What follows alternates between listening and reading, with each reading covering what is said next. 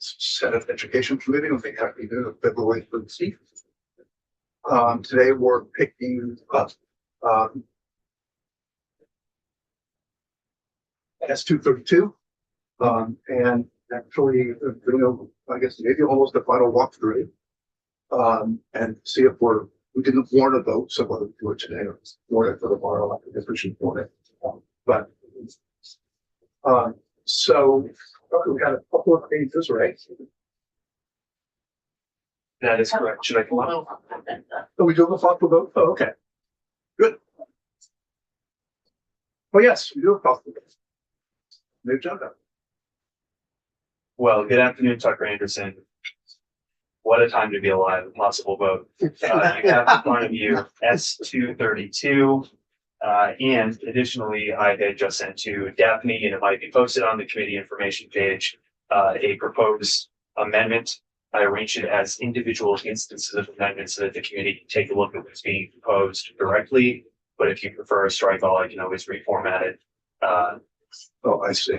You have it. Okay. Well, let's go through it first. Okay. Sign it, right? So here are the changes. Draft 1.1 committee's amendment to S232. First, in section 4, 16 VSA 4014. And to reorient you, this is early education grants. None of the language in the bill is introduced is being changed. This is an addition. So the addition here, and this came from recommendations from the Department of Libraries, is to add a clause clarifying that the grant funds that can be used for voluntary early education program training can also include the training of public library staff. So you have that list there in subsection A that the funds can be used for training of parents and staff, and this extends that to public library staff.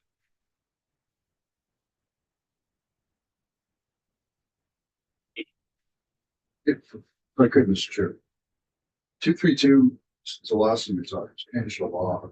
Like just for example, libraries that was section 2. That all been removed? Is this language that is this the entirety 1.1 the entirety of the changes? It is not. These are just the sections. Okay. I'm trying to catch up. Yeah, so arrange these as individual instances of amendments. You can see just the provisions that are changing. Okay. The second thing that is changing from the bill is introduced. Striking out section 5 in its entirety, not because there are dramatic changes within here, but because it's a rather large section where there were individual granular changes being made, and it would be quite difficult to read in the sentence formatting. So, new section 5. I will point to page 2 in subdivision 4. There was some discussion around changing injunctions related to the department's duties from or to and.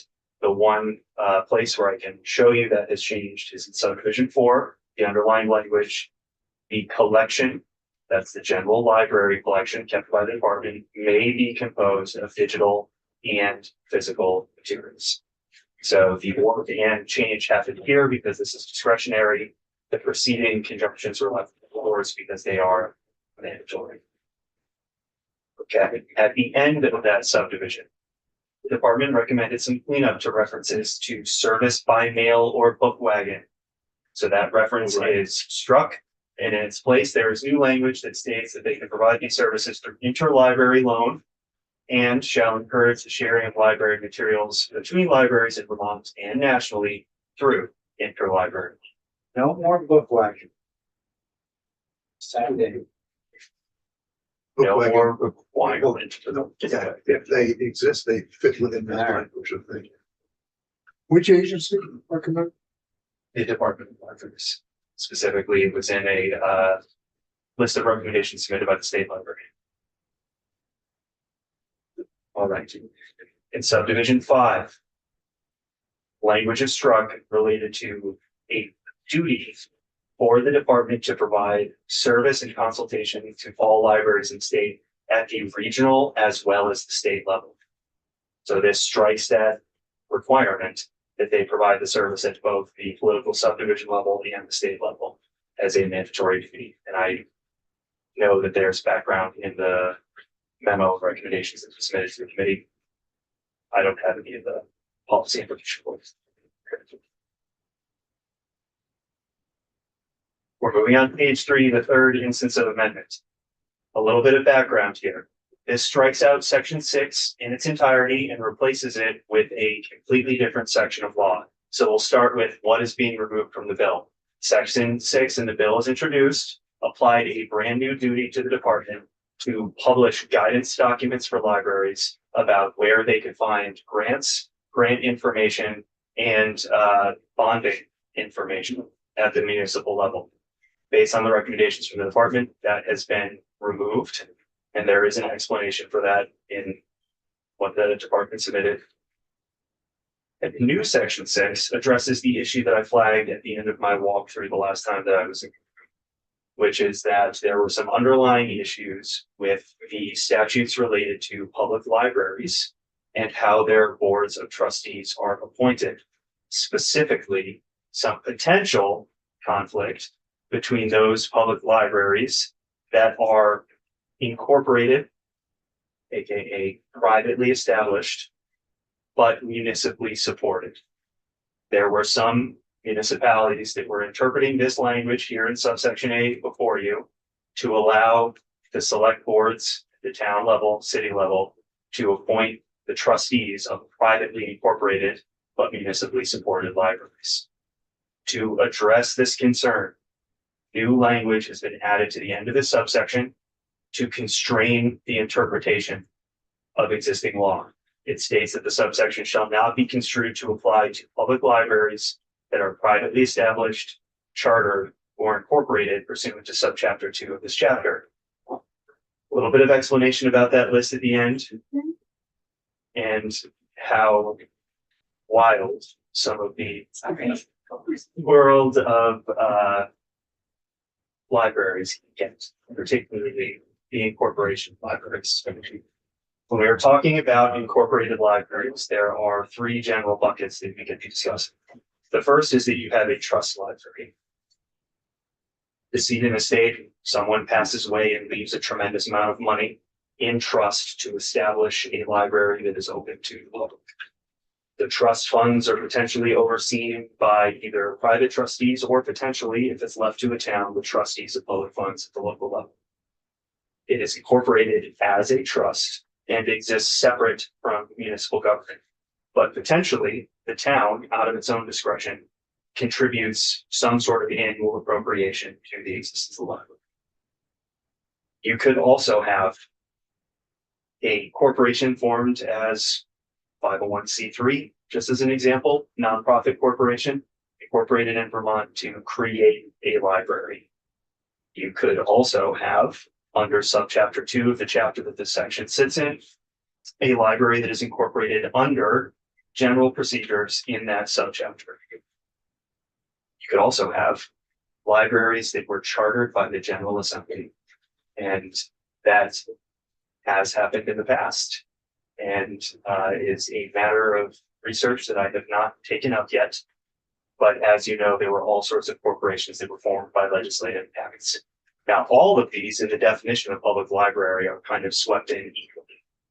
And that is a legal issue that might need to be tackled in the future. But for the time being, the short-term solution here is to ensure that this subsection is constructed in a way where all of those, we'll call them privately established libraries, won't have their governing boards taken over by a municipal corporation just because $1 was appropriated in the budget approved by the voters to that library. Yes. So I think in my town, library trustees are elected. Is that? They can be, yes. So Yeah. municipal libraries, especially when they're formed, the municipality can, through the voters, vote to have an elected board of trustees for that library. Those guys, they're pretty territorial. So I remember being on the select board and telling the board of trustees they're gonna do something, they didn't want to do it, so I tried to vote for this. Who's gonna get angry about All sorts of people. it? Yeah. So one of the things that I'll definitely point out about why this might have become a pressure point over the last year is that there was some cleanup around the jurisdictional power of public library trustees at the municipal level. So you saw some cleanup in the statutes that designated more of the authority to the trustees to ensure that there was some separation between the legislative body at the local level and the trustees that are in charge of the municipal libraries. So that may be why some of this consternation has kicked up just in the last year. Thank you. So I think it would be helpful to see what people think, to see this as a strike all and walk through the entire thing again to make sure we have. Because and I missed that memo on the structures reporting. We have it though, right? So on today's. It is posted on the committee information page for, I believe, the last time you took. Okay. Yeah, that would find me, so I have to read that to make sure I understand. So, what are people thinking? Does that make sense? Mhm. We get one strike all, walk through it again, we point out the changes for as to go. Read the memo in the meantime, starting with me. So when, I think we could do this relatively quickly to be ready as early as we actually have some time tomorrow, don't we? Could you have any time tomorrow afternoon? I would have to look at my calendar. Daphne could probably pull up the calendar faster than I can. Right. Working on it now. Okay, so let's do some few of them minutes here. I know that I have no time in the morning. That's not an issue. That's any go something. Like your tentative kind of somewhere tomorrow from 1 to 4, and then maybe 3 after 2:30. I am not in the tentative committee zone. So you can book me during Okay, great. that work journey. So what did you want us to read? The memo that took reference that I think none of people realized was there, at least I didn't. I don't see it. From when? When was that posted? the original date that I have is January 21st. At least that's the date on the testimony. It's the date I just introduced. You know, repost that to the. I can look for it. Okay, for today. Yeah, so, okay, so Daphne will find it, repost it for today. So we all need to read it separate for tonight, and we'll have a new strike law. We'll go through, and I think, does anybody have any issues they're thinking about? Anything that would? For the library? Yeah.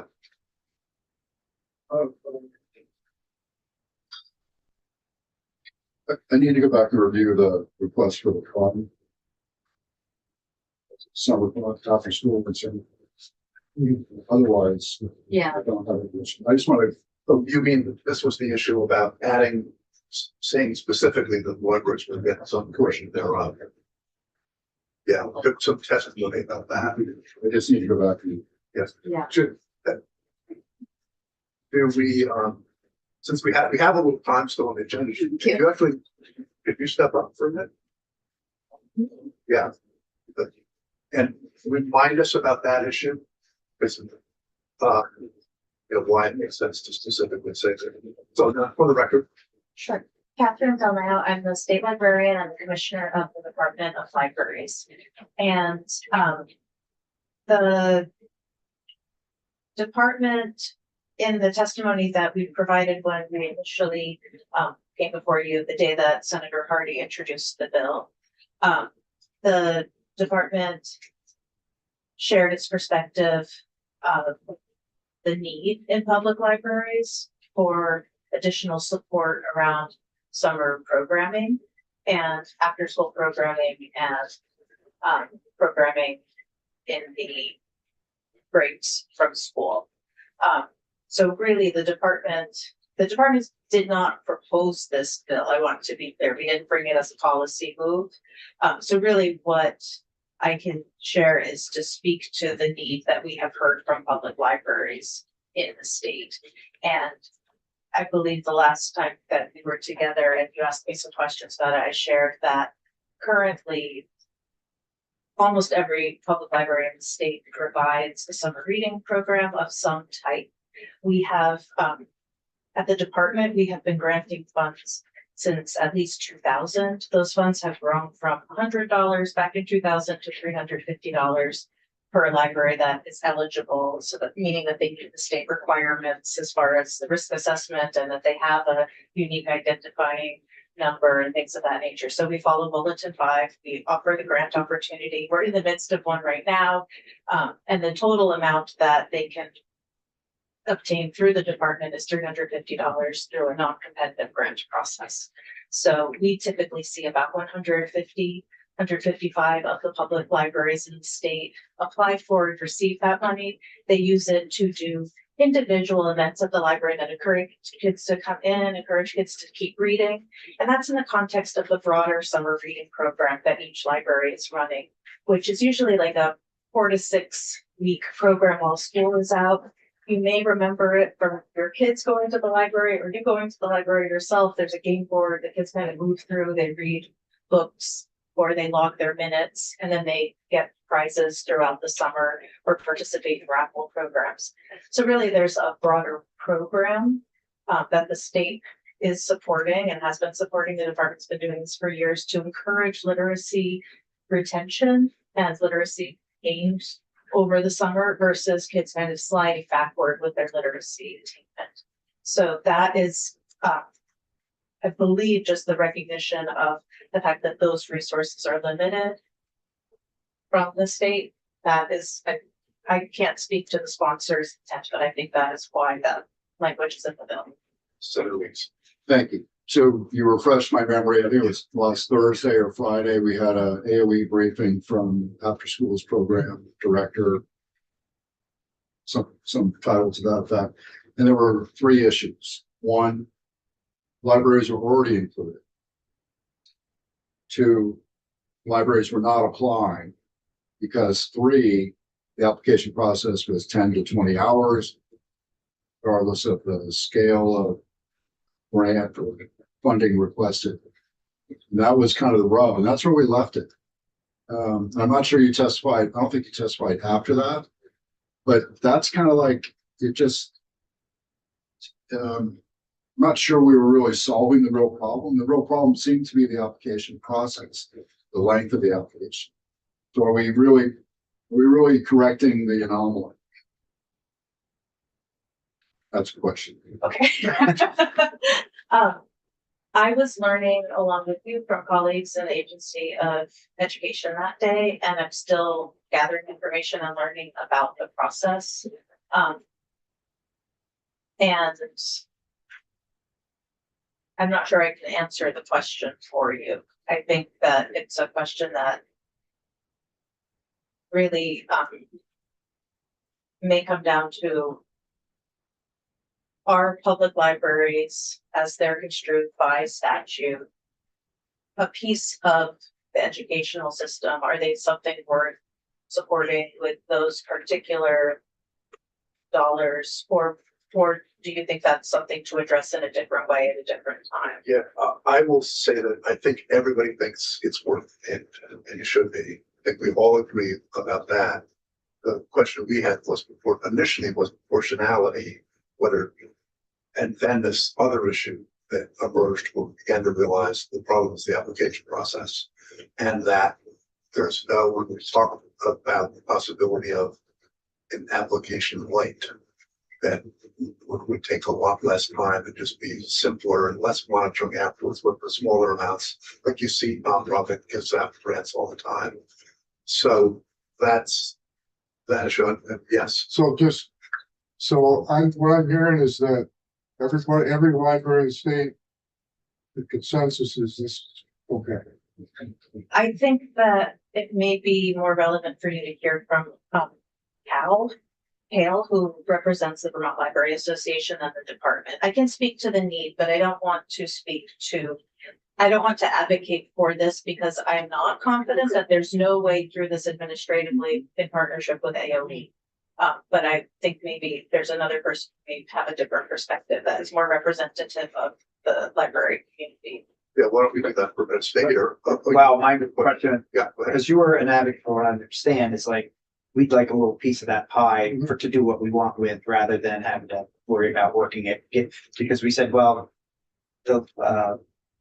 your department could actually apply for that loan, or not loan, sorry, grant, get the grant and then disperse it the way you see fit. And that just adds more to the bureaucracy, I guess. Yeah, that I think it should be possible in the sphere of what is possible in the world to have interagency cooperation in this way. I do not see, when I look at the grant application myself, which I did earlier this year when we were faced with lack of funding from a special fund that funds these grant programs, the $50,000 from the Smith Fund. I did not see that we could apply directly to do the exact program that we are doing now. I think that there are definitely ways for public libraries to apply for this funding to stand up after school programs, similar to after school programs at the Boys and Girls Clubs or things like that. But this specific activity, there would need to be a lot of, there would need to be something different perhaps, but I want to be very careful about that because I don't administer those funds. And I know that my colleagues in AOE have done a really good job of developing what they are implementing, and that program that is out there is of value. I think what is challenging sometimes is, to me, there's a Department of Libraries and we are charged with supporting libraries and making public libraries the best that they can be. And there may not be a department of after school or robotics or these other programs. I see libraries as sort of a different type of creature than all of the other possible after school programs. So one more question that Cal come up. Yeah, just curious, so $350 per summer or what have you, per library? You think that was kind of meant to be, you know, to remove the necessitation to have you guys administer after school funds for all of the libraries? So they just set this base amount and shotgunned it out so the bureaucracy was reduced? It's hard to speak to how that was set up because it's been in place now for at least 26 years. I think on our end, what we tend to do, and I do want to say, I don't want to be adding an administrative burden for anyone else. And in a way, I think perhaps the libraries, whoever, you know, Senator Hardy and the sponsors of the bill may have known that there's this administrative challenge. Again, you'd have to talk to the sponsors of the bill to understand that. But what we do is when we have these special funds, we set up a simple application that still meets the state requirements and we grant them out with the type of reporting that's appropriate to that level of funding and to those smaller amounts. I don't think that the Department of Library would like half of the funding. I mean, I feel silly saying that, but you know, the amount of funding that would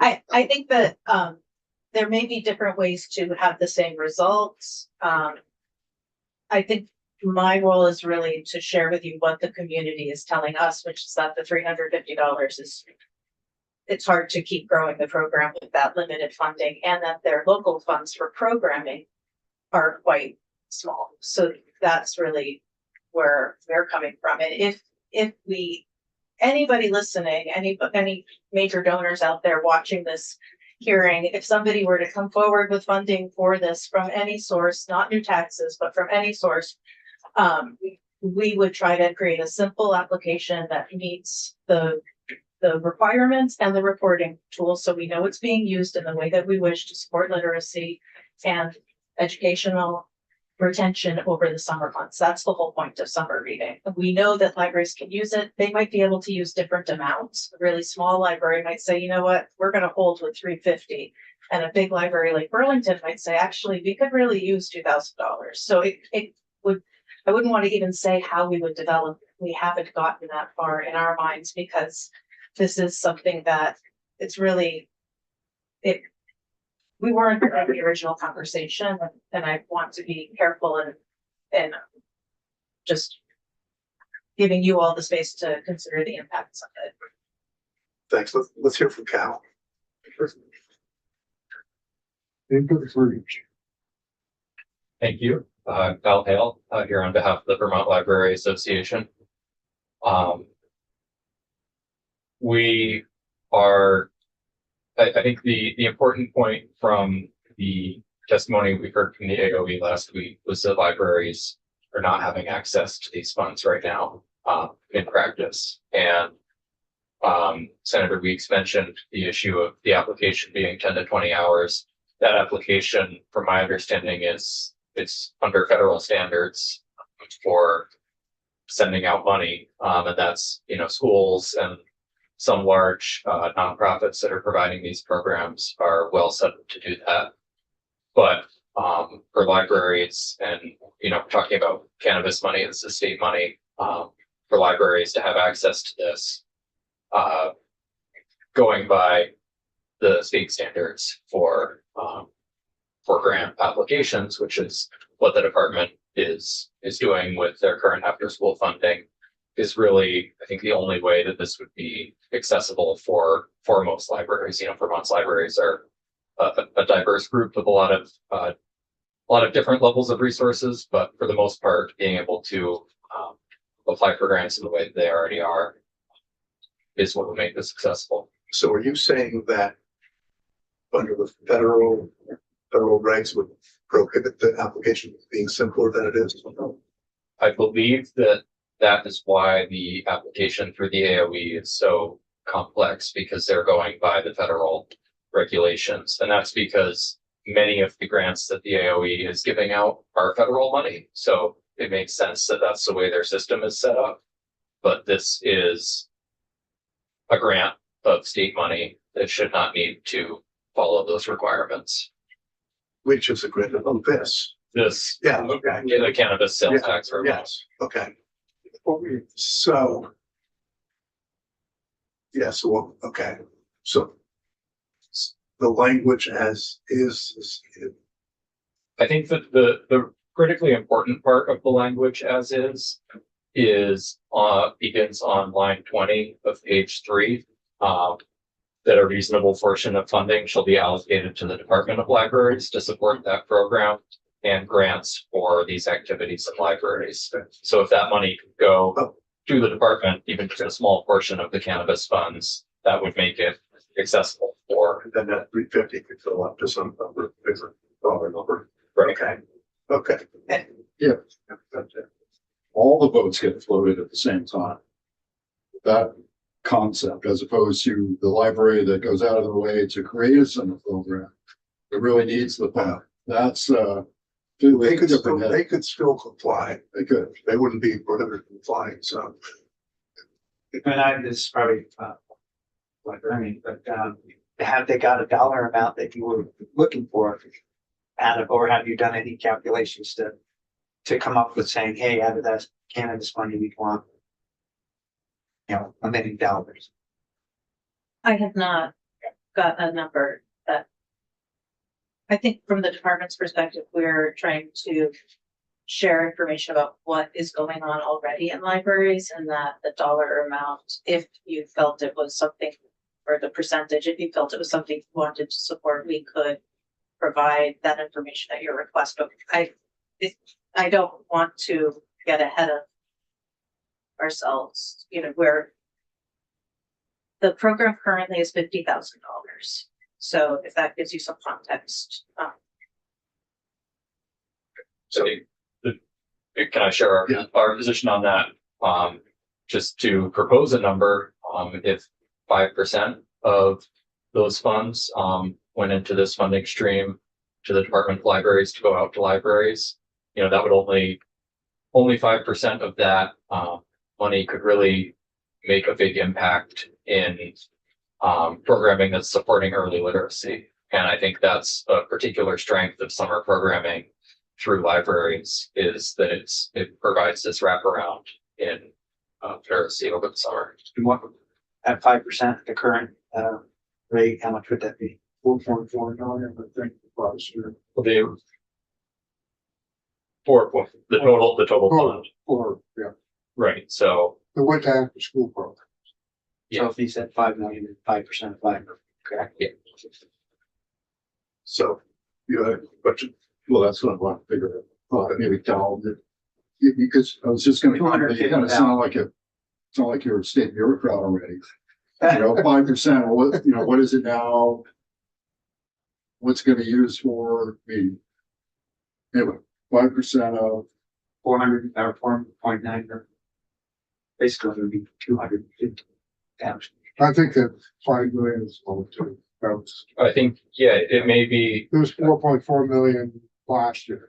last year, and I think we heard testimony that that number is going up. Yeah. And that 5% isn't, you know, we're not holding hard and fast to that number. I think it was a starting point to offer. But it gives us $1. So That's right. And 225,000. So 50,000 is Zero close. Yes. Senator. So, you know, I tried to cut my questioning short last time because I missed the beginning. I had wanted to know what kind of entities the dollars are going to right now that do after school programs, because we heard a little bit from AOE that Parks and Rec and other municipal entities are on the map. They get some money. It's probably disproportionately less than what they offer, and they have other sources. But I think the challenge isn't, you know, and you can speak to this if you'd like, some libraries are municipal, some libraries are nonprofits, etc. So, you know, maybe they deserve to be their own category, but I wouldn't want to forget a lot of the other municipal departments that do a lot of after school for kids. Like, I would say visibly the bulk of after school not happening on a school campus that I've seen. Yes, so the testimony was in part that so many of our libraries are really tiny Mm-hmm. and they don't have the capacity for information. And so just raising this somewhat and putting it trying to get them into the game. And I don't know and actually the reason we had them here was that answer to get to the Yeah. question you're talking about, like why would somebody be above somebody else? Right. But, so it may be that the way the language reads, it at least says they would give some portion thereof to you to then distribute out to the libraries, right? In the draft bill. Yeah.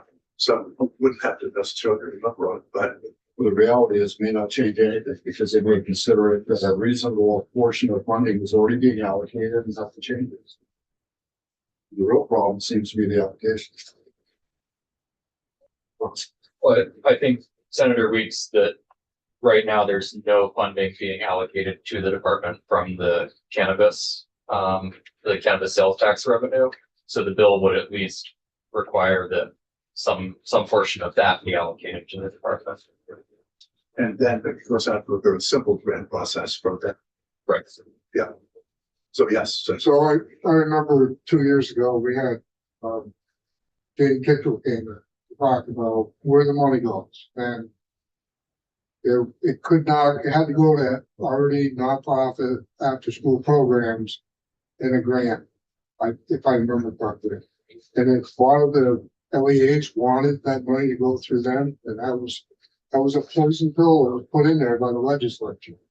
That if it does, then Act 60 goes away, as you said, remember? It was quite a compelling testimony that what we wanted to do with the money couldn't be done. Had to go directly to nonprofit after schools. So I think that's why you get an organization like the Boys and Girls Clubs Mm-hmm. are really taking advantage of it because they're expanding and they're giving a good service. And, but I think they have to apply for the grants. ultimately. So.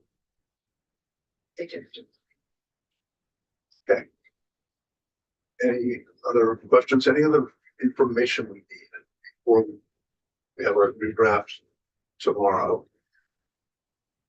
So we need to this school, no?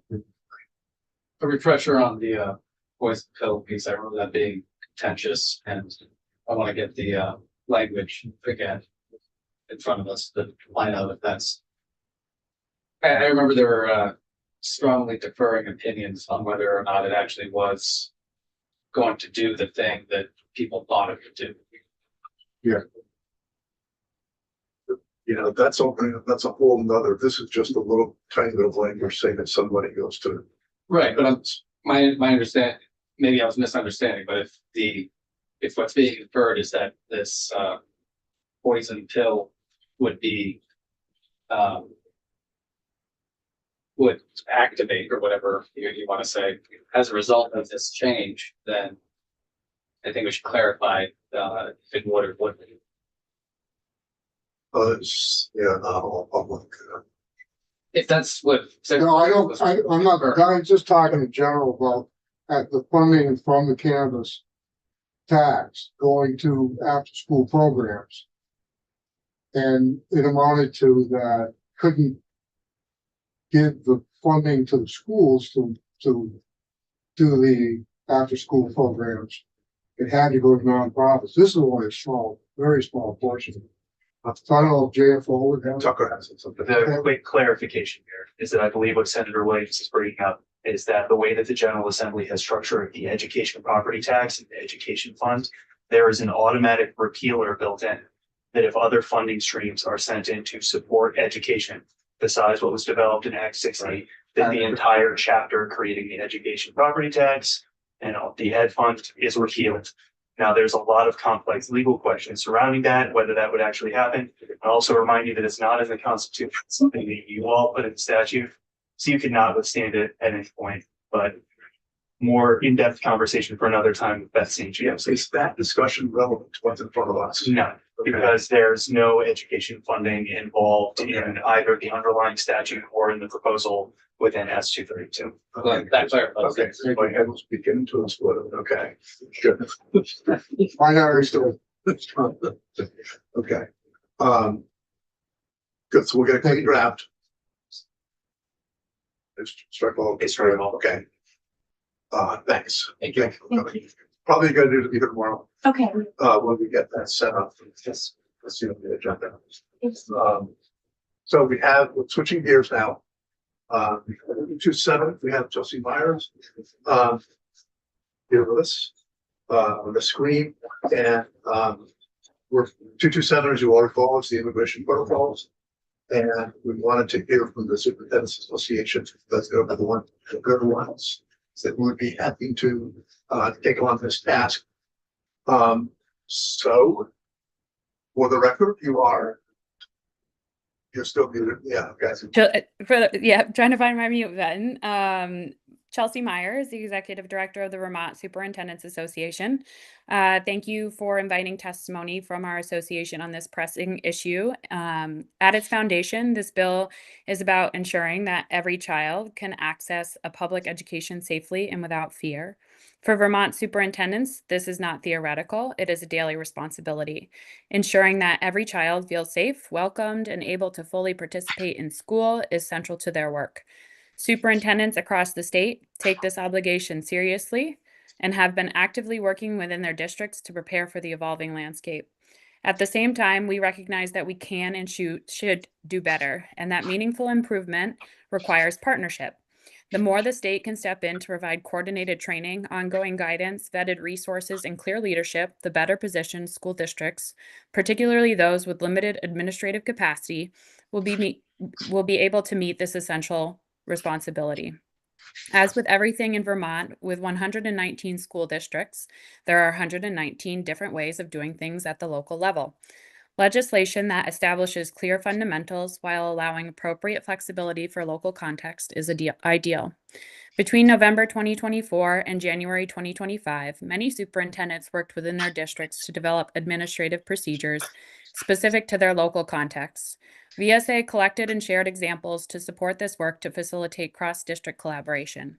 We lean heavily on our national organization, AASA, for up-to-date briefings and trainings, leveraging their broader capacity and resources. We are ready to support implementation should this bill become law, but we cannot do it alone. Further statewide legal guidance and coordination is needed. I would like to begin our suggestions, if that's okay, by clarifying the distinction between school board policy and administrative procedures, so that the remainder of our testimony, which poses questions and suggests technical changes, is grounded in that framework. School board policies are formally adopted, binding broad statements of direction set by the board.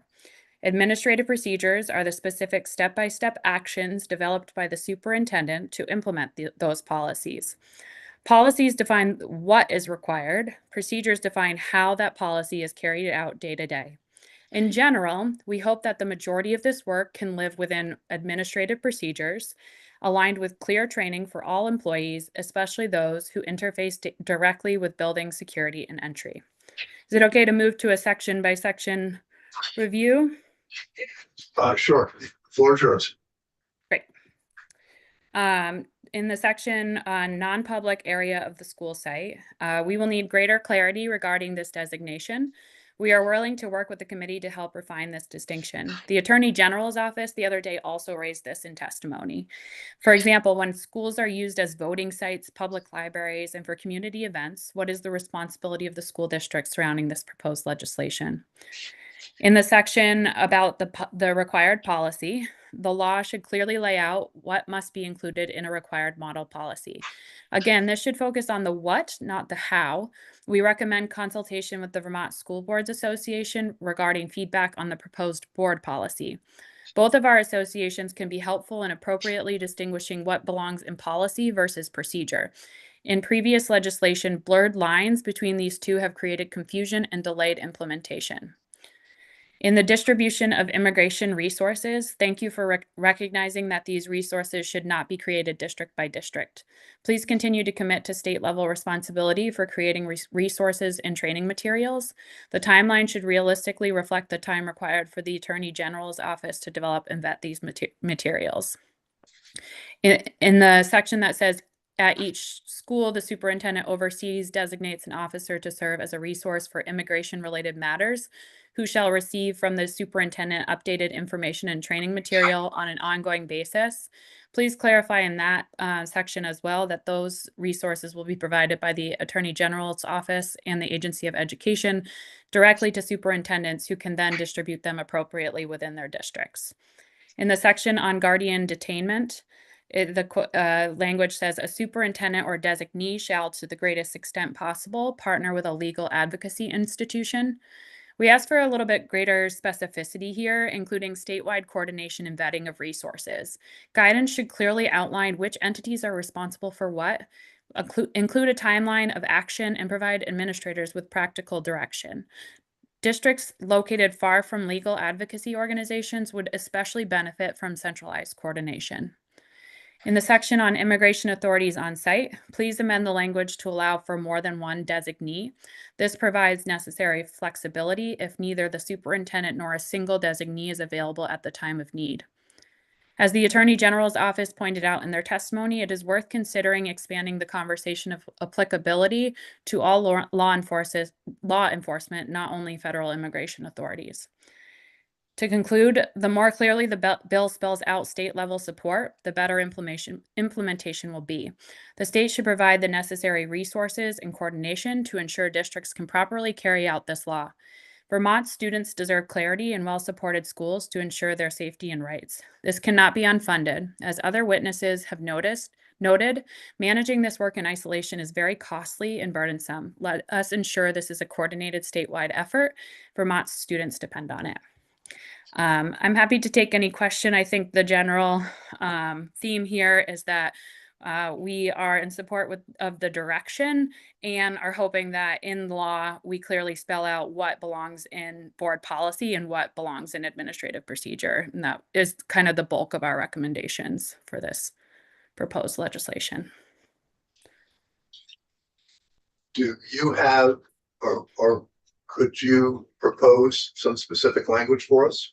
Sure. I'm happy to. And if you're okay with it, I'll get together with the School Boards Association as well, because that's been their primary responsibility is school board policy, and we work primarily on administrative procedures. Keep in mind the crossover date. So it has to be soon. Yeah. Yep. Yeah, so very specific recommendations for language recommendations would be helpful.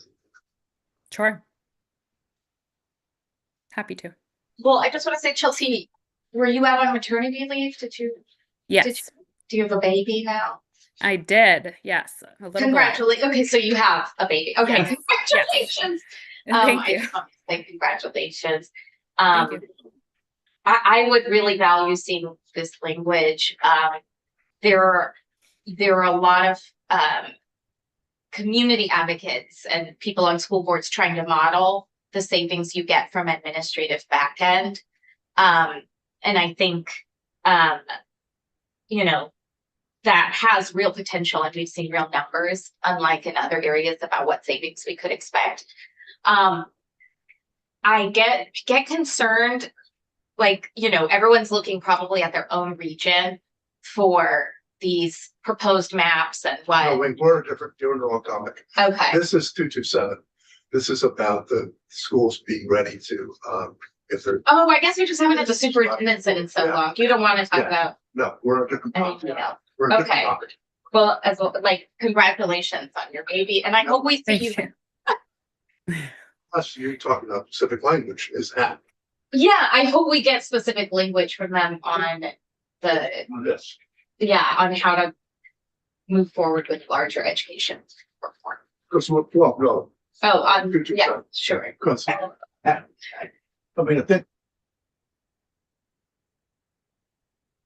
we've talked about probably both of us on this committee, when somebody comes forward and makes a suggestion to us, not having schools or telling schools or superintendents what to do and add this and add that.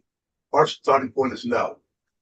Because, you know, schools have a hard enough time getting through everything, all the information they already need to, and superintendents already have their hands full, but this at least strikes me as one, since we know it's going to happen.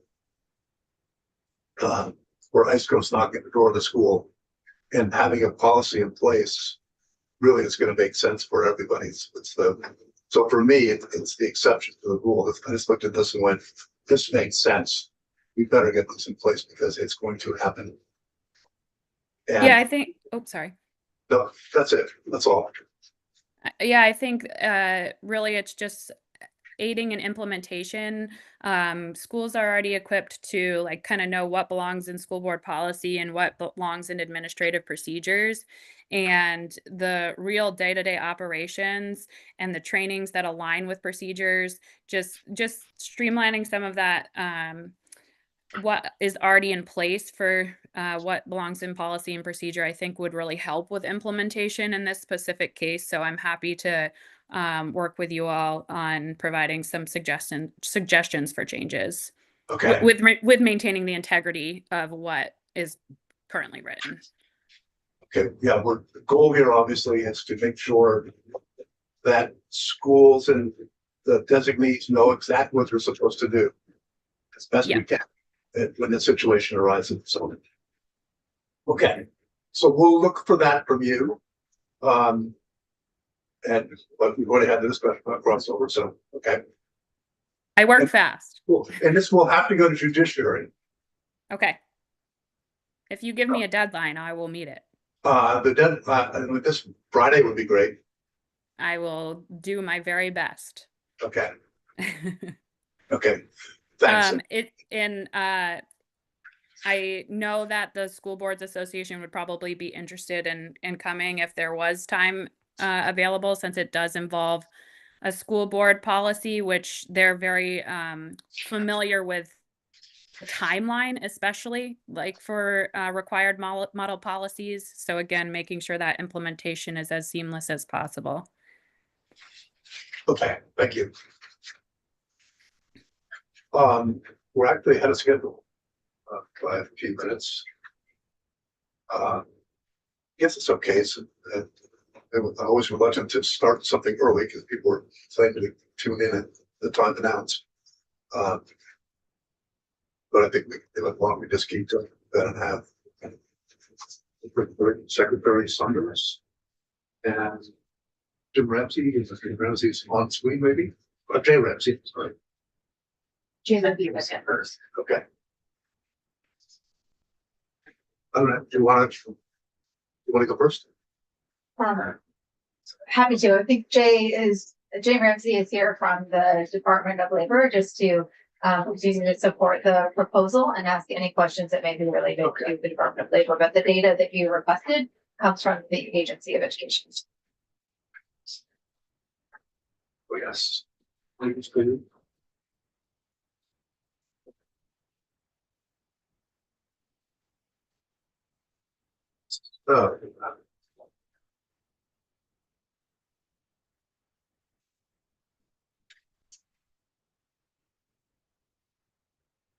So you're on. Okay.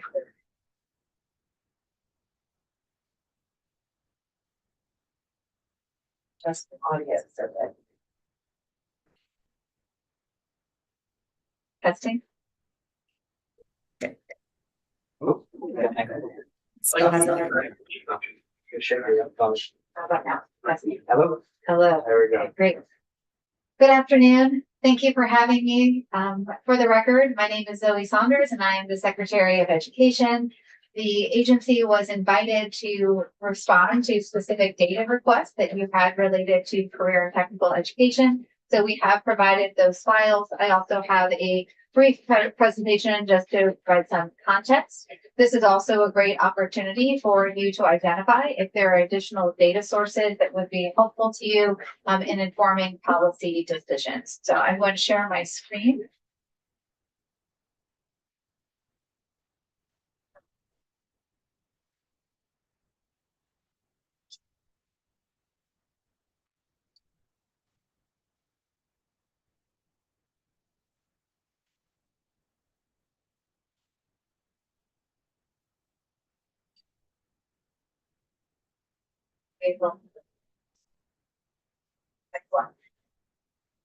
So for context, this is a map. We'll revisit this map later in the presentation, which gives you each dot represents the one of the career and technical education centers across the state.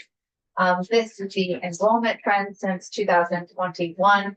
Certainly you see that COVID did impact participation rates by that 2021 number. I'm also looking at understanding some of the root cause of the decline between 2023 and 2024.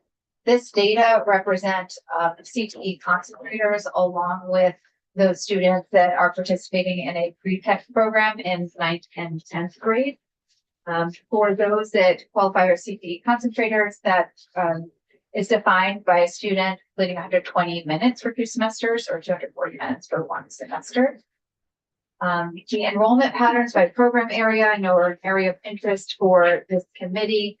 We have presented this in a couple of different ways based on our data reporting. The first is to look at this by clusters. So these clusters are organized and are part of our reporting with Perkins. So the 4 clusters with the highest percentage of CTE student enrollment are within the areas of architecture and construction, transportation, distribution and logistics, health sciences, arts, AV technology and communications. The 4 clusters with the lowest percentage of CTE student enrollment statewide are related to the areas of marketing, sales and service, finance, information technology, and education and training. Regarding these clusters, it's important to note that there's a variety of different program offerings within clusters. So some clusters offer a wide range of programs, others are more limited. We share this with you because of its alignment with Perkins reporting. This is also being revised according to the federal government and our future reporting to more closely map on to the industry needs. There is an appendix in this report that goes into a little bit more detail, but wanted to share this just kind of a general framing. And then as we So there's a lot of, just to be clear, there's a lot of other programs that are sort of in the middle between Yeah. these two, Mhm. like forestry and some of the Yes. CTEs. And we have provided some additional source documentation that actually goes through each individual program and the waitlist on those programs organized by cluster. So this is just to give you a high level overview of the types of programs. This committee was very interested in looking at waitlists. So the next two slides are drilling down into where we see waitlists. This is organized in two ways. One is looking at the total number of students that are on the wait list, and the other column is reporting the number of programs that have a wait list. And so you can certainly see that there's great variability across the state. In a moment, I'm going to show you a map, which kind of gives us a better handle on where there are some capacity needs. Okay. If I could, sorry to interrupt. I'm just curious if a wait list is different from a rejection. Yeah, that's what it's for sure. So a wait list is coded as there's not space available for that student to enroll. And so my understanding is that the wait list is not a rejection in terms of the student not being qualified for the program. So a rejection for the program would be if the student was not eligible or did not have the prerequisite information or prerequisite credentials to complete a program. So the number of kids who might want to be in something could be higher than this, the numbers would Could be. because of the combination. Okay.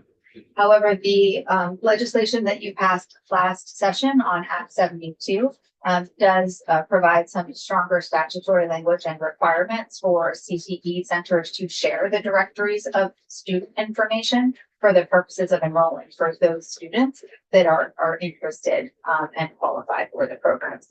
There may be different qualifying criteria program by program. That would actually be something we should address as we think about statewide program quality. So I would take that as a separate kind of area that we would discuss. So you don't track denials? I did not bring the information today that identifies those students that are interested but don't pre-qualify. I would have to go back with our data team to see how we collect that information if we collect that information or required to from the school.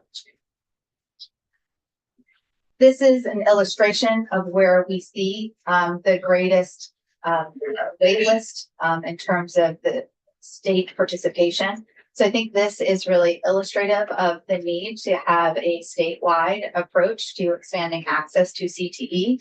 It's evident that there are certain parts of our state where their programs are oversubscribed and are in high demand, and other parts of our state where there's lower interest in CTE programs. So this would be part of the work ahead as we really evaluate some of the root cause for the lower participation in certain areas. This is also an area where we can look at those programs that are in high demand, are very much aligned with workforce needs, and provide some incentives around those programs being offered in places across the state that are more accessible. Is it likely that some of the numbers, some of the institutions showing lower numbers are lower because they're comprehensive? So this particularly references the lower numbers for waitlist. It does not indicate necessarily the number of program offerings or capacity. I'm just wondering if comprehensives would tend to be able to accommodate more. If a comprehensive high school where the tech center is co-located with the high school offers more. And kids can go for just, go to English. I think that mechanics may go to French. We certainly see with all of the studies we've done over the last 3 years that proximity to a tech center is largely predictive of whether or not a student would participate. So I would expect that proximity does play out in terms of the numbers of participation. Part of the challenge that we're trying to solve as we expand CTE. In terms of salary information, there's more detail in the appendix that was provided here on the slide. We provided a high level overview. When you evaluate the mean teacher salaries in Vermont, we are slightly higher than the national average. Interesting to look at how that plays out with our neighboring states. CTE teacher salaries are higher than Maine and New Hampshire, but substantially lower in New York and Massachusetts. So depending on where you're offering or you're providing CTE and where you're recruiting teachers, it may be more challenging to recruit and retain teachers if you're closer to the New York and Massachusetts border. CTE centers are required to hire directors. Those director salaries are locally determined. There are no salary schedules at the state level, so there's variability in terms of the salaries. Same with the salary for CTE teachers. So while I have reported the average or the mean, here I did report the mean wage for teachers. There is variability in salaries across the state. And so that you'll be able to see in the deeper dive. There are some salary assistance programs that are available for qualifying schools based on the number of programs offered and the enrollment, and that's per state board rule. In terms of system disincentives, this is something that continues to be a primary focus of our conversations and is the root of what we are trying to overcome as we expand CTE programming and access. The current tuition-based model can create a disincentive for schools to send students to CTE centers. You often hear this described as creating a competition for funding and resources. It can create difficulty attracting and retaining high-quality CTE teachers, particularly if you're looking at different parts of our state where we might be competing with other states or border states that offer significantly higher teacher salaries. We have continually pointed to the teacher pay inequity across the state. That is true in K-12, and it's also true within the CTE scope. Economies of scale create challenges in the small settings. Again, this is a common theme that we hear in K-12. It also resonates in CTE. And alignment issues between CTE centers, spending schools, daily schedules, and graduation requirements. They create a number of problems. They present challenges operationally. They present challenges as it relates to consistent program quality. The good news is there's a number of efforts underway to support stronger alignment. Act 73 did include movement toward the statewide calendar. That will be very supportive for schools as you think about multiple sending schools, sending to one tech center. It will also support with districts having the same professional learning days that can be really helpful in creating alignment of evidence-based teaching practices. Additionally, Act 73 required movement towards statewide graduation requirements. Currently, statewide graduation requirements are locally determined. We did receive a finding from the U.S. Department of Education during our most recent monitoring visit in 2024 that indicated that our statewide graduation requirements were inequitable and that they promoted uneven rigor across the state and put us out of compliance. The Agency of Education has provided the recommendations for statewide graduation requirements to the State Board of Education. They are reviewing that as part of their committee work. We continue to support them in that effort, including organizing a number of focus groups, including with students and also with additional focus groups with our institutions of higher education, particularly their admissions offices, to really evaluate program equity, along with continuing work we're doing with industry-aligned partners. Yes. So this is an area where we heard a lot of concern from the field in the CTE world. Yeah. That the graduation requirements, especially as they relate to the number of classes you might need to take or the hours of a certain subject, don't really align well with CTE at all.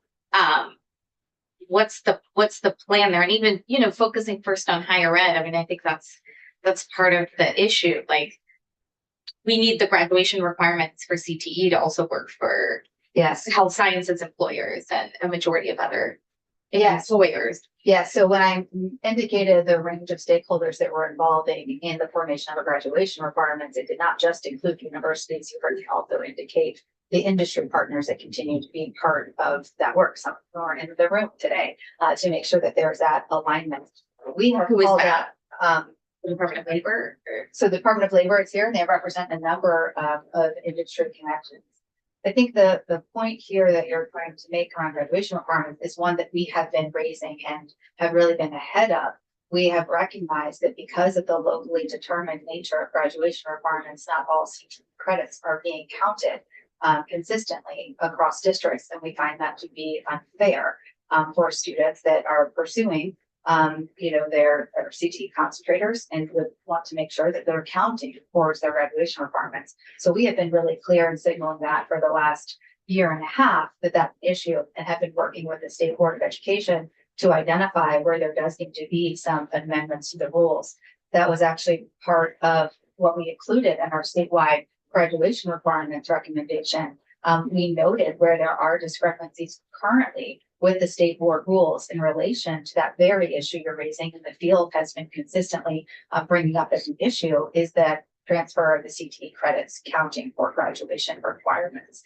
So we very much took a lens for how the graduation requirements could support students that are interested in being CTE concentrators and graduating high school, able to enter a career. That means that they have to have access to very high quality programming and get the opportunity to earn those credentials, which will make them really competitive in the marketplace for the industries where they seek to work. And those industries should very much be aligned to what our needs are as a state. In fact, our graduation requirements take a really clear look at ensuring that there's a core set of fundamental skills that all students should be able to master and competent within those earning of the credits. And it allows for deepening of learning precisely to strengthen Act 77 and allow for students to engage in flexible pathways such as CTE, to be able to graduate with one high school diploma, but also to be a CTE concentrator in their area of interest and to earn a specialization for where they're looking to head after high school. I don't know if you answered my question. Are you going to be proposing EQS that is more specifically tailored to CTE? Yeah, so our proposal is a proposal for graduation requirements.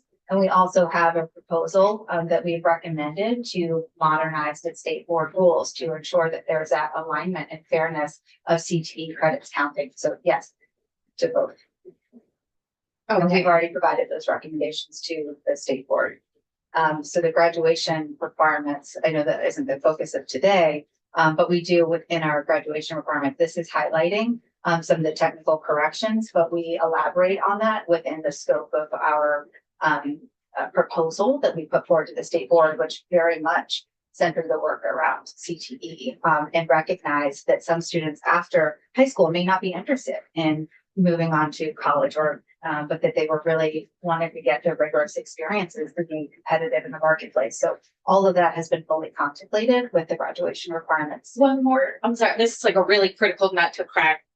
Sure. One of the big challenges, I don't know if it was quite reflected in your disincentives slide, is that students feel caught up by these requirements and having to go back to their sending school, and then you get into problems with the calendar alignment, etc. Jay actually made, I think, a very strong point at one of our CTE work group meetings, which is that can be how we lose kids at 16, right? They need to advocate for themselves to get those credits, to make sure they have all of these EQS standards met. And they're so focused on that they're not able to simply begin entering the workforce and, being full-time CTE. So are you saying that you want to make sure every student has 4 years of the same thing and then they decide they're not going on to college? No, that's not at all how our graduation requirements are structured. They're structured so that students are able to attain those foundational credits along, assuming that they're working on a consistent path and be able to be a CTE concentrator. What we're putting forward with the graduation requirements is to achieve two dual purposes. One is to increase the rigor for our graduation requirements. And the second is to allow for students to have deep learning so that they're more able to participate in CTE. I think you're bringing up some really important questions, Senator, around what is our proposal for expanding CTE access. So today you had asked me to bring forward data. Obviously that data is supportive of your decision making. The proposal that the governor has put forward has been really consistent in terms of the key tenets all the way from last year, which is to increase early exposure in middle school. And to do that, we need to make sure that there's resources for that. There's the appropriate level of training so that we're really integrating it into the learning experience. It becomes the way we deliver education as opposed to having a different track for a student that might be interested in CTE or quote unquote student that's interested in academics. These programs that we're offering in our CTE centers are very rigorous. And it's really important to integrate that work at a young age so that we're having applied learning, project-based learning that's relevant to industry. So the proposal that we're bringing forward, and we really are excited to expand further with you, is designed to increase early exposure in middle school, creates a mechanism for us to have consistent level of program quality, ensures that all of our teachers are benefiting from the career technical aligned training that will ensure they deliver high quality content aligned to what our businesses need. And then that's happening middle school all the way through 12th grade. So it's precisely what we're looking at today. The data is pointing to some of what are well-known barriers, long-standing issues to achieving our goal of expanding access to CTE. And the proposal that we're putting forward is designed to address that so we can have universal CTE access and it starts earlier, including in middle school. In terms of governance, governance does play a role. And you had asked questions around how our particular governance model in the state of Vermont compares to other states. So the state of Vermont is considered a regional system. And so there are 2 other states that fall into that category. Even within our regional system, I think it's important to note that there is great complexity with how we define regions versus other state models.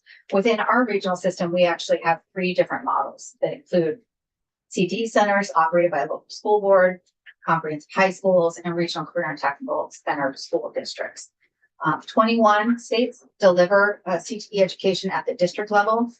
26 states use a mixed model combining district-based and regional CTE delivery. In these scenarios, districts join together to offer CTE across their district. Often this would occur in areas of the state that are more rural, less populated. Another approach is a statewide regional governance structure for schools. It takes on the role of overseeing CTE in all or some cases. So the AOE through, after a culmination of 3 years of study, has put forward that recommendation to move towards a statewide regional governance structure. We did include a link to the governance study. This is just additional detail around which. What's the significance of the first 3 bullets here? What is the real difference between regional model versus a district model, for instance? Yeah, so a lot of this has to do with size and scale. So states that operate really large districts really can embed the resources for CTE within that district. So the district that I most recently worked at and launched CTE programming was 250,000 students. It was a district run. Okay. So if you are in, You're thinking of large districts. yeah, typically in larger districts. However, we in the state of Vermont have operated CTE within our districts, which would be considered small by any means. And so because of that, we are running into some challenges as it relates to equity and consistency of quality. And so just given the particular nature of our state, the scale of our state, the recommendation is to move forward with one single governance entity. So moving away from 17 different governance units, which are all managed differently, to one governance approach. It doesn't look like anywhere else does that. There are regional statewide models. So we can bring all of this as a link to those different studies. The difference in terms of when we talk about Who does that who's like your favorite state? so I have favorite state. To model this off of. No, Yeah. seriously, because we're looking at Yeah. Oregon So and this is, Washington. I've worked in 8 different states and all of these implementation strategies need to be specific to the particular needs of your state. So when you think about our state, we are the size of some medium-sized districts in other parts of the country. And so our region might be one of 4 regions in a larger state, right? So what we're always modeling here is what makes sense based on the number of students that we serve, based on how and where we serve students, to ensure that we can have that consistent delivery. And all of these recommendations are based on many years of study that have evaluated these different. But do you have a state that you like for CTE advancement? So we're recommending a statewide regional governance for the very reasons that we have identified. But you can't name a state that you think it's working really well in. No, we've looked at a lot of different models, for different things, right? Connecticut has more of a regional model. We've been looking at some states that are streamlining their Perkins administration. So we're really evaluating and learning from different state models that are from part of that. So there's no state that So- stands out that you'd say, that's what that's Yeah, the yeah. senator's advocate. Is there a state you go, that's who we want to be like? And if you're like, by the sound, you're like, no. So the three states that are using a regional based model currently are Maine and New Hampshire, tend to have this similarity in terms of size. I would say that governance alone does not define the effectiveness of a system. It's governance, funding, and quality. And so all of these pieces we're bringing together into one comprehensive recommendation that we have shared with you and are really interested in expanding on. I just want to flag, I do think our CTE directors have models in other states that they'd be happy to share with us that could lend some real insight into how we move forward. Yeah, I mean, I'm not exactly sure what information you're looking for. Are you looking for examples of how other states have both organized their governance and done the funding piece? Because all of that is part of the prior reports that we can get into. There's no like secret about how other states do perform that. So I would have you, look at this report, which was published in 2023, which was really, This is the APA consultant. yeah. So it was first started with the JFO commissioning a study in 2022. The study was extended for 2 more years. And so within this, you can have some additional detail around how other states are organizing their CTE delivery. Yeah. Scroll down. Scroll.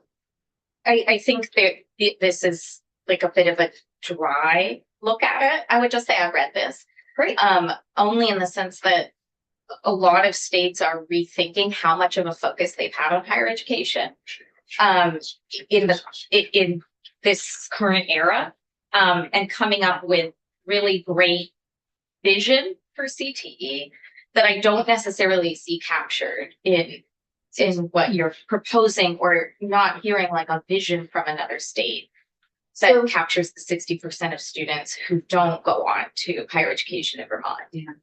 So this presentation was not requested to provide the vision. I have absolutely laid out the vision for universal CTE, and I'm happy to expand upon that. We are looking at that in relation to our current outcomes. We have very low graduation rates right now. This is something that's on the decline that we need to address. We would also like to see students graduating college and career ready. And that means we have indicators for both college ready and career ready. And neither of those data points are going in the right direction. So what we're talking about here is creating a vision for CTE, which is universal CTE, and acknowledging that not all students will enter college after graduation, but we want to make sure they're graduating prepared to enter meaningful careers. And that comes with having really robust hands-on training where they can earn industry-aligned credentials that are recognized by businesses that need them here in Vermont. And that's absolutely part of the vision.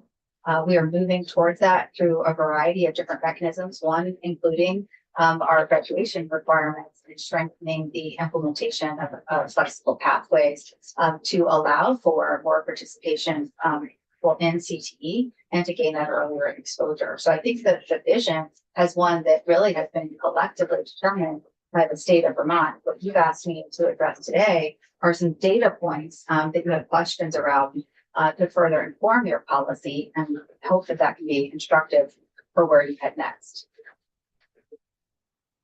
In terms of other models, definitely you can look at other states. All of that, again, it is really important, and I think we've heard this consistently from Vermont. Our approach in Vermont should not be taking one model and just plopping it on top of Vermont. It does have to align to research and align to the context of Vermont. And so that's why we brought forward a really robust proposal that builds upon lessons learned, identifies very clear goals for what we want to achieve. And there are some additional resources for you as you continue to pursue policy choices related to expanding CTE. So I think the scope of this presentation was limited to very pointed data requests that you had asked me to provide. All of those links are included within the documentation that was shared. And this would now be a time for you to request any additional data that can inform your decision making or any questions you might have around the policy proposal.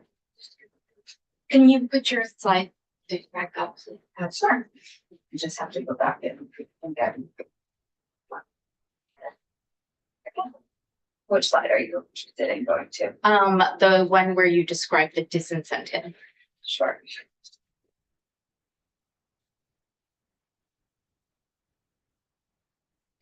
So this is, I mean, this is exactly where we got in our separate working group that had a lot of the stakeholders at the table, including Jay and Ruth Durkee.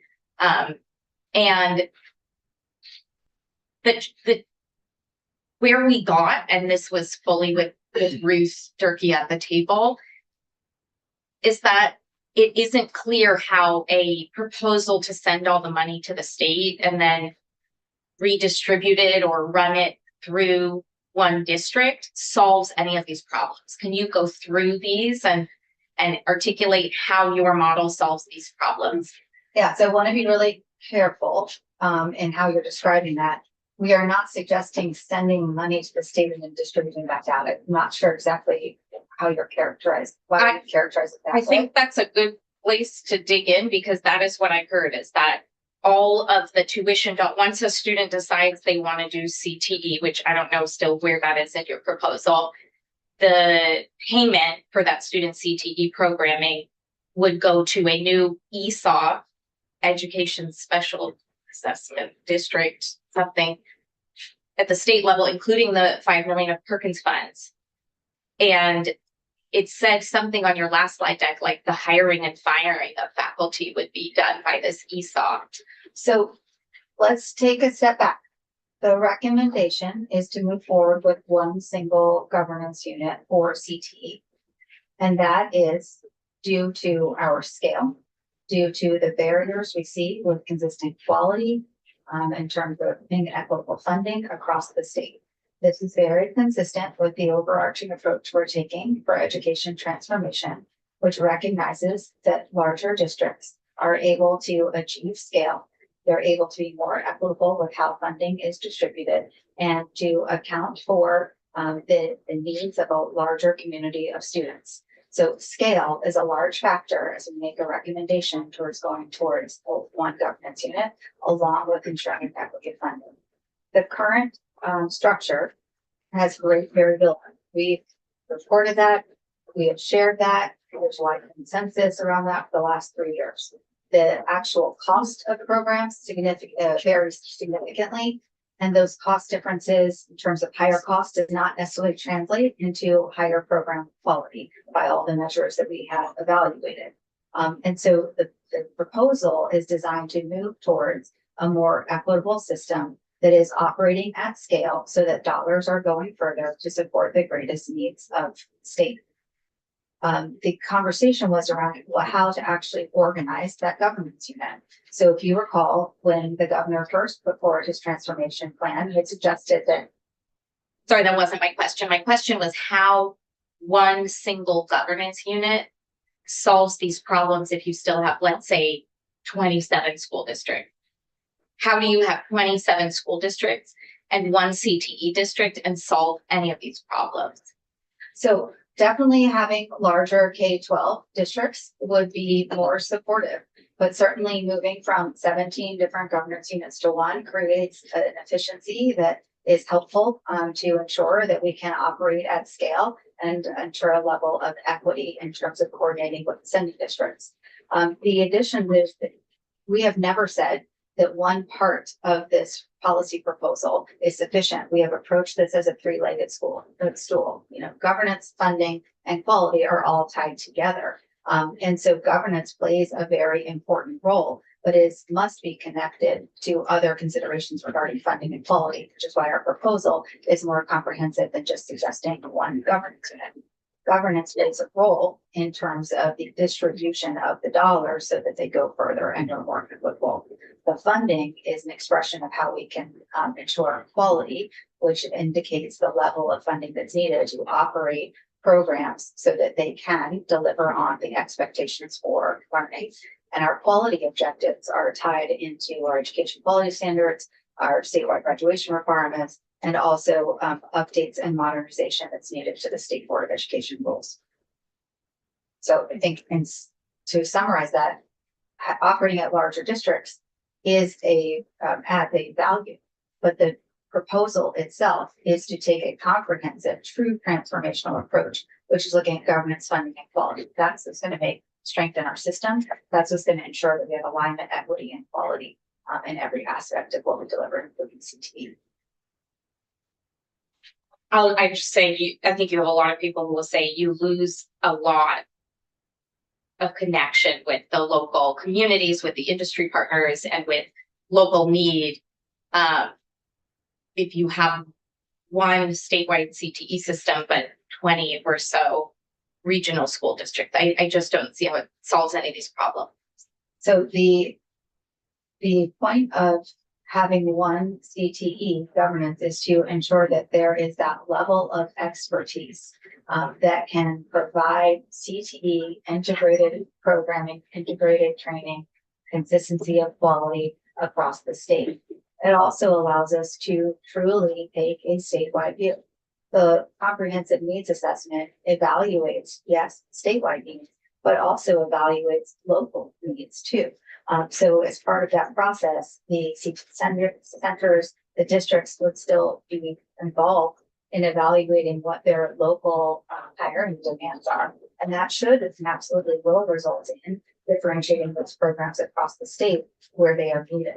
So nothing about moving to a single statewide governance is shifting the requirement for doing a robust, data-driven, community-informed, comprehensive needs assessment. I'm sorry, can I say one more thing?